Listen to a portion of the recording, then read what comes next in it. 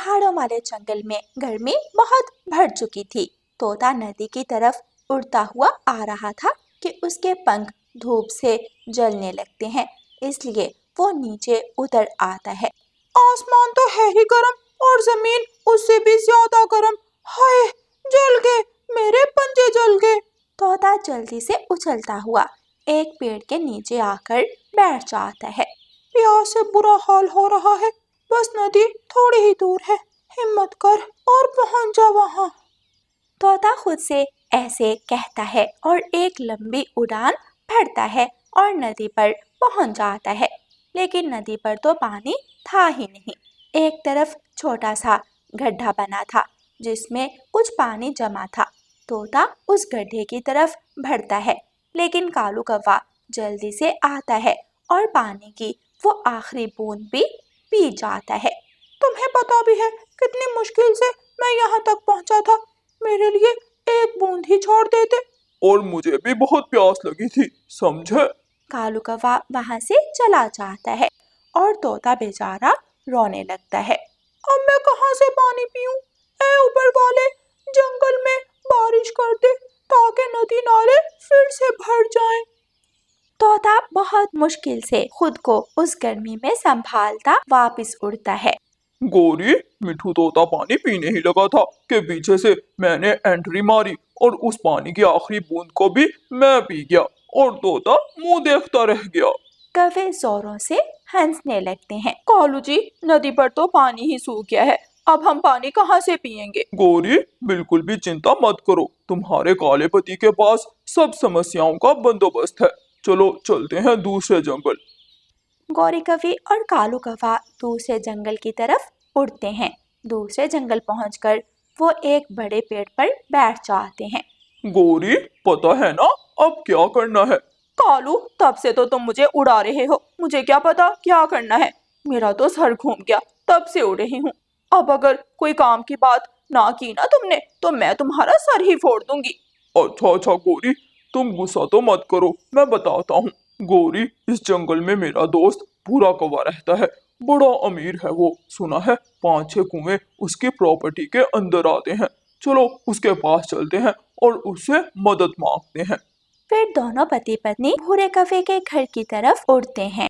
उधर जंगल में रानो चिड़िया सारी सूरत हाल से बहुत परेशान थी। दोपहर के समय रानो चिड़िया अपने घोंसले में सोई हुई थी। पानी है, उस कुएं में पानी है दोस्तों, बस थोड़ा और आगे फिर हमें पानी मिल जाएगा। रानो चिड़िया ऐसा कहते हुए सपना देखते हुए जाग जाती है। ये कैसा सपना था? हम सब कुआं खोज रहे थे। फिर रानो चिड़िया के दिमाग में एक योजना आती है और रानो चिड़िया अपने सब दोस्तों को एक बड़े पेड़ के नीचे जमा कर लेती है। रानो बहन, मेरे पास एक बहुत अच्छा प्लान है। हम ऐसा करते हैं कि बादलों के पास जाते हैं और उनसे बात करते हैं। जी कबूतर भैया, आपने ठीक कहा, लेकिन मेरे पास कबूतर फिर से बोल पड़ता है। देखा, मैं हूँ ही अक्लमंद। तो फिर चलो दोस्तों, बादलों के पास चलते हैं। कबूतर रानो चिड़िया को तो बोलने का मौका ही नहीं दे रहा था। यार कबूतर, गर्मी की वजह से सर पहले ही घूम रहे हैं, तू और गुस्सा मत दिला। अगर इस गर्मी में तू उड़कर ऊपर आसमान में बादलों तक पहुंच सकता है तो जा, चला जा। रानो बहन, आप बताएं कि क्या कहना चाह रही हैं आप? कबूतर बिल्कुल चुप हो जाता है। तो मैं ये कह रही थी कि क्यों ना हम सब मिलकर कुआं खोदे। ये सुनकर सब पक्षियों के चेहरे पर एक हैरानगी की लहर दौड़ती है। मैं जानती हूँ आप सबको ये मुश्किल लग रहा होगा, लेकिन दोस्तों ये मुश्किल है, नामुमकिन तो नहीं। मैं आपके साथ हूँ रानो चिड़िया। और मैं भी आपके साथ हूँ। और मैं भी। सब पक्षी एक दूसरे की तरफ देखकर मुस्कुराते हैं और फिर जंगल में नरम और हरी भरी जमीन की खोज में निकल जाते। अच्छा, तो तुम दोनों मेरा एक कुआं लेना चाहते हो, लेकिन इस सब में मुझे क्या मिलेगा? देखो भूरे, हमारे जंगल में पानी का एक भी कुआं नहीं है। पक्षी तो भागे भागे आएंगे हमारे पास और हम पानी के बदले भारी रकम लेंगे उनसे। फिर जो मुनाफा होगा हम और तुम आधा आधा बांट लेंगे। लेकिन उससे पहले तुम दोनों को मुझे विश्वास दिलाना होगा कि तुम दोनों पैसे लेकर भागोगे नहीं। वो कैसे विश्वास दिलाएं हम तुझे? तुम दोनों दिन में मेरे साथ मेरा काम करोगे। कोई समस्या वाली बात नहीं है, हम तैयार हैं। फिर अगली सुबह सब पक्षी घोड़ा लेकर उस जमीन पर पहुंच जाते हैं। तोते भैया, आप पेड़ के नीचे बैठ जाएं। जब हम में से कोई एक ज्यादा थक जाएगा तो आप उसकी जगह आ जाना। फिर वो सब दोस्त मिलकर खुदाई करना शुरू करते हैं।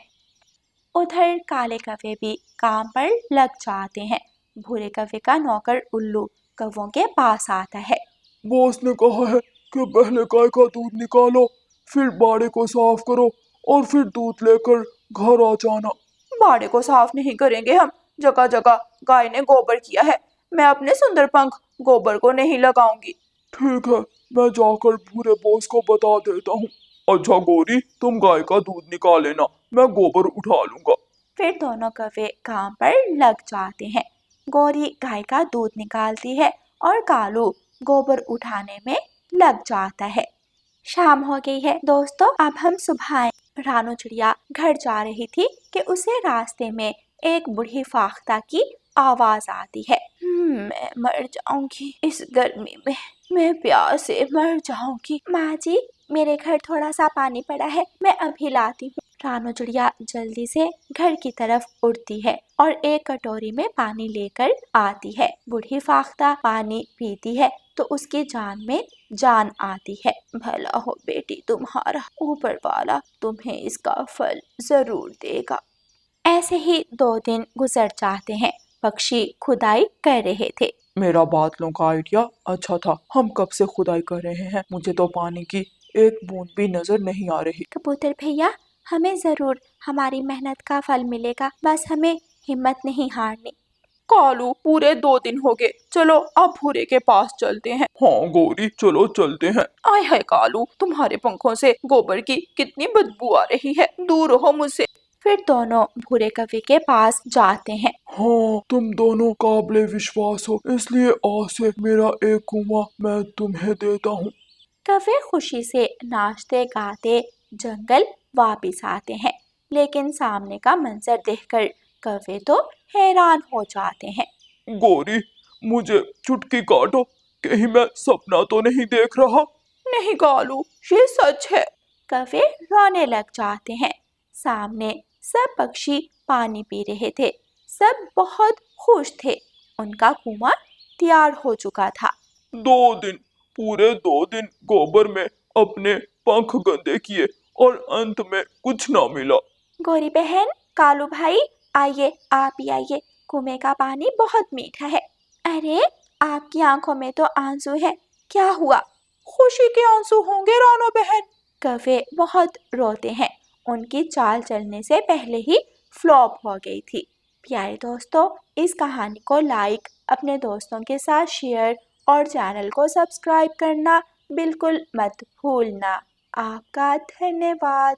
बुलबुल बहन, एक कप चाय का लगा दो। अभी लगा देती हूँ। बुलबुल का जंगल में चाय समोसों का ढाबा था। उसका छोटा सा ढाबा बहुत अच्छा चल रहा था। वैसे इस मोटी के पंखों में बहुत जायका है, चाय बड़ी अच्छी बनाती है ये बुलबुल। सब कस्टमर बुलबुल की दुकान पर बैठे थे और चाय पी रहे थे कि सामने से भूखी लोमड़ी आ जाती है। लोमड़ी आ गई, छुप जाओ, सब छुप जाओ।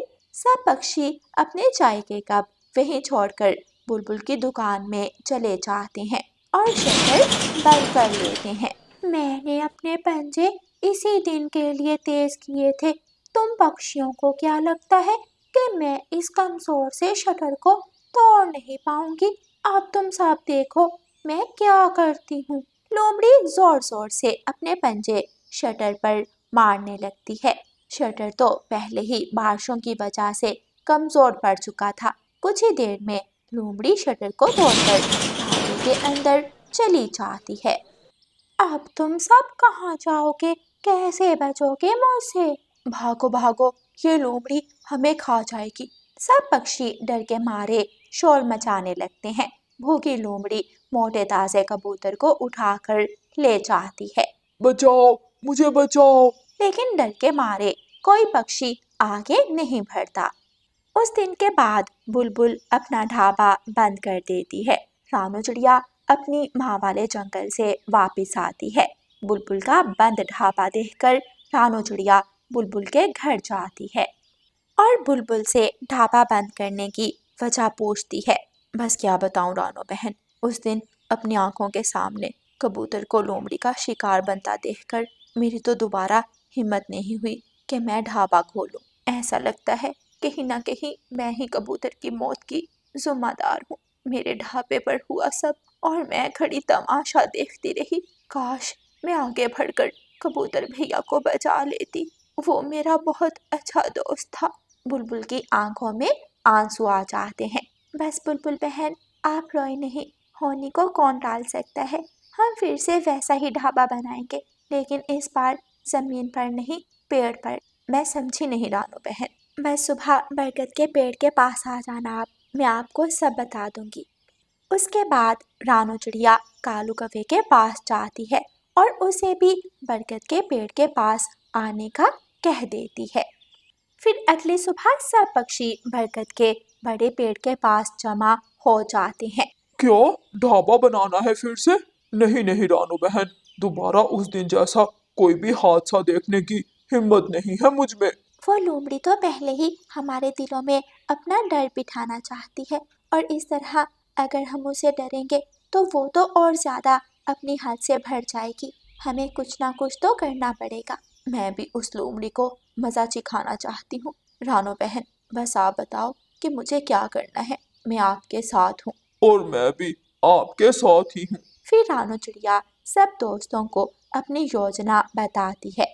वो सब पेड़ के ऊपर ढाबा बनाने के लिए लकड़ियां जमा करना शुरू करते हैं। रानो चिड़िया लाल पहाड़ों की तरफ जाती है और लकड़ियां काटना शुरू करती है। कालू कौवा भी खुले मैदान की तरफ जाता है और गीली मिट्टी बड़े स्टील के बर्तन में डाल लेता है और बुलबुल घर जाकर बाकी का सामान ले आती है। वो सब मिलकर बड़े पेड़ के ऊपर ढाबा बनाना शुरू करते हैं।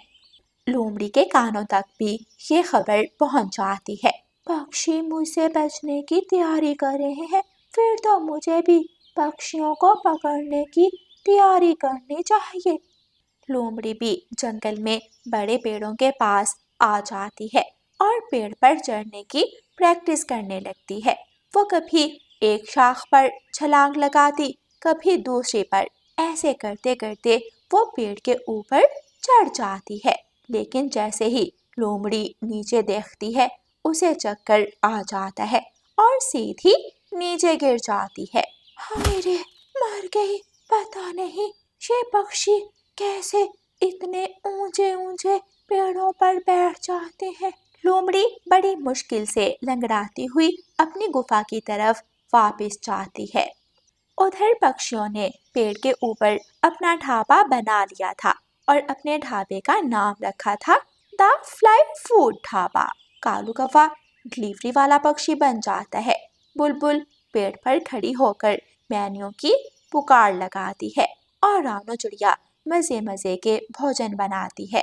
कुछ ही देर में पेड़ पर कस्टमर्स का रश लग जाता है। मैं अब पेड़ पर छलांग नहीं लगा सकती, अब मैं क्या करूं? भूख भी बहुत लगी है, अब मुझे कोई दूसरी योजना बनानी होगी। लोमड़ी अपने मुंह पर एक काली ऐनक लगाती है और फ्लाई ढाबे की तरफ निकल जाती है।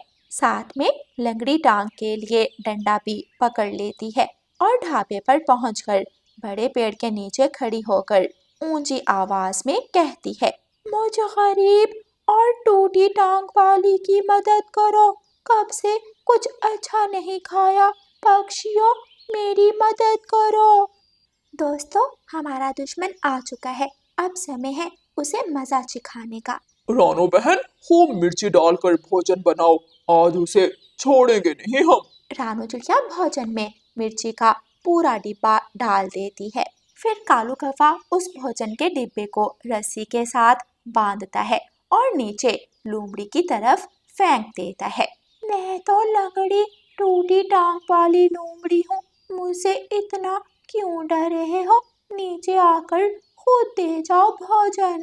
ताकि भोजन की जगह तुम मेरा सुंदर और मुलायम मांस खा लो। बड़ी चालाक हो तुम, लंबे मुंह वाली। मेरे मुंह के बारे में कुछ मत कहो। इस जंगल में मुझसे ज्यादा सुंदर कोई लोमड़ी नहीं है। अच्छा, अब बातें बंद करो और भोजन खा लो। लोमड़ी जल्दी से भोजन खाने लगती है, लेकिन कुछ ही देर बाद लोमड़ी को जोरदार मिर्ची लग जाती है। सत्यानाश हो तुम सबका, एक तो मैं लंगड़ी हो गई, ऊपर से भोजन में इतनी मिर्ची डाल दी। लोमड़ी लंगड़ी टांग लेकर नदी की तरफ भागती है। कालू कौवा, रानू चिड़िया और बुलबुल उसे देखकर हंस रहे थे। अब दोबारा कभी ये लोमड़ी हमारे ढाबे की तरफ आने की हिम्मत नहीं करेगी। ये सब तुम्हारी वजह से हुआ है रानो चिड़िया, तुम बहुत बहादुर हो।